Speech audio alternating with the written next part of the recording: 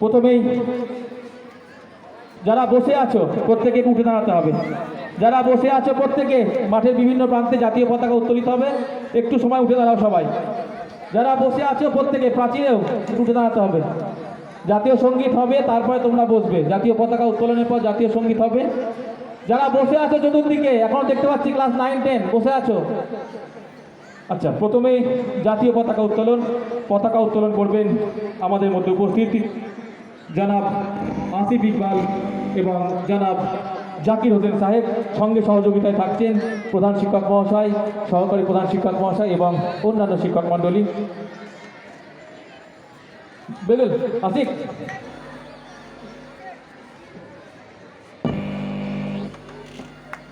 বলে আসিফ, বিহুল, সকলে করতালি অভিনন্দন জানাবে।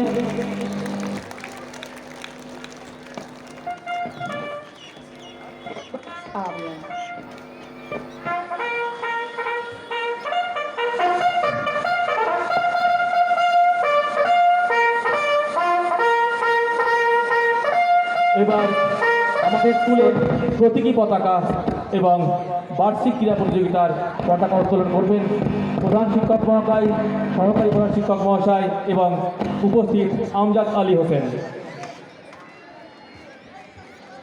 সকলে করতালিতে অভিনন্দন জানাবে যখন আমাদের পতাকা উত্তোলিত হবে। সারা বছরে একটি বার আমাদের এই পতাকা উত্তোলিত হয় আমাদের মাদ্রাসার মাঠে, এবং এরপরে জেলার মাঠে যারা আমাদের র্যাঙ্ক করে বেগেল